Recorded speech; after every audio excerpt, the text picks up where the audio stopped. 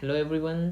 तो जैसा कि आपने थंबनेल पे देख लिया है कि हम साइमल्टेनियस लीनियर इक्वेशन के पार्ट 1 को डिस्कस करने वाले हैं। पार्ट 1 इसलिए क्योंकि ये एक अपकमिंग सीरीज़ का फर्स्ट वीडियो है।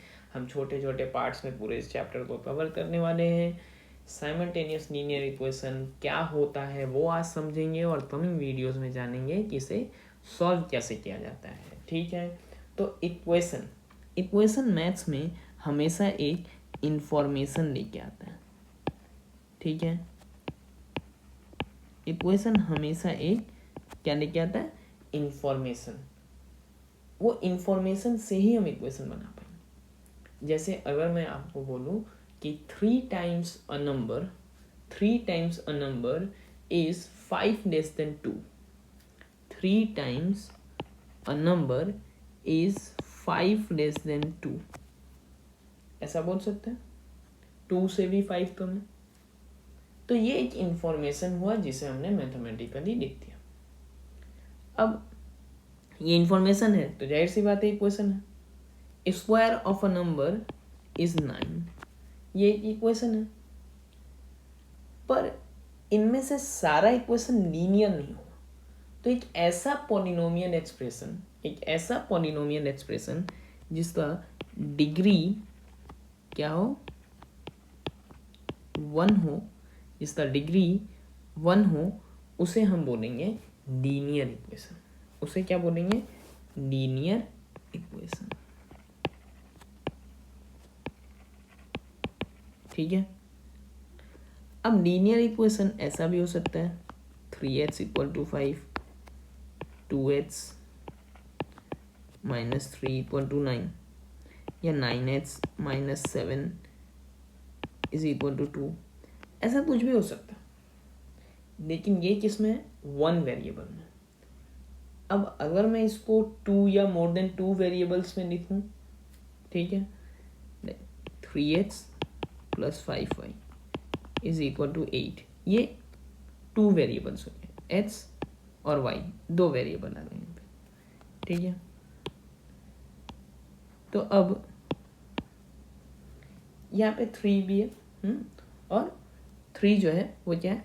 कोएफिशिएंट है। 5 जो है वो है कोएफिशिएंट है। ठीक है ना, जो x के साथ या y के साथ मल्टीप्लाइड है।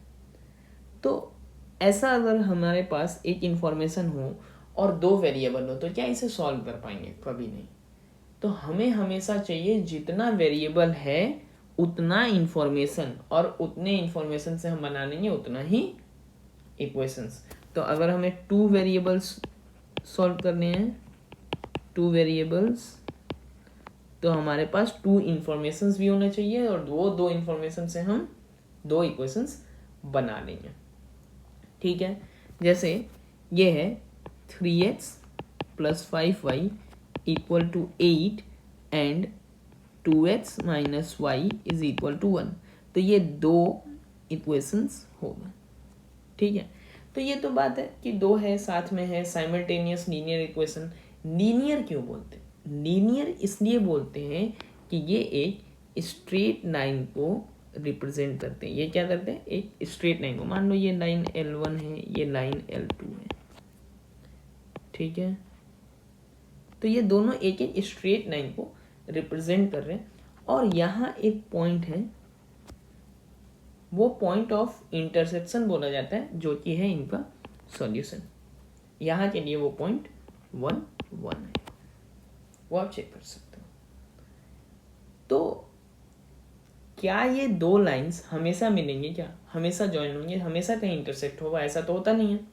बहुत बार ऐसा है लाइंस नहीं मिलेंगे। कब नहीं मिलते? पैरेलल लाइंस मीट नहीं करते, तो वहां कोई सॉल्यूशन नहीं आएगा। तो 2 पैरेलल लाइंस होते कैसे?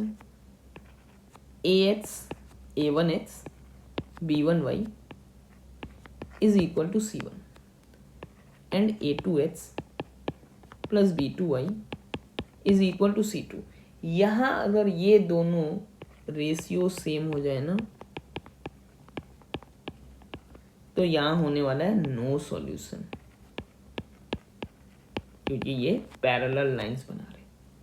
और अगर ये a1/a2 b1/b2 एंड C1/C2 अगर इक्वल है तो यहाँ होगा इनफाइनाइट सॉल्यूशन, क्योंकि यहाँ इक्वेशन एक ही है, कोई अलग इन्फॉर्मेशन आया नहीं है।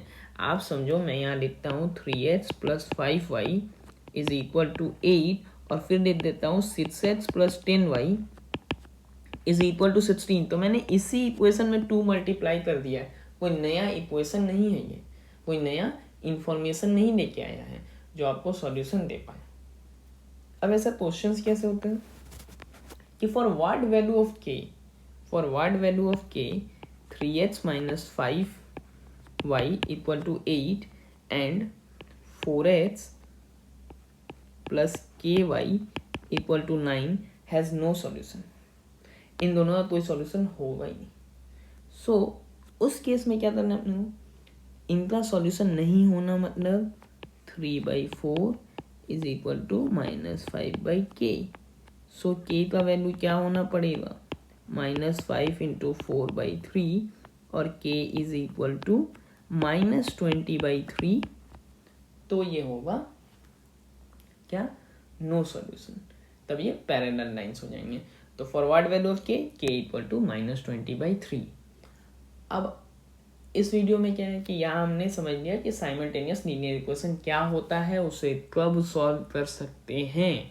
आगे आने वाले वीडियोस में हम सीखेंगे कि कैसे सॉल्व कर सकते हैं। तो अगर आपने ये पूरा सीरीज एक बार देख लिया तो आपको ये चैप्टर पूरा अच्छे से क्लियर हो जाने वाला है। चलो, थैंक यू।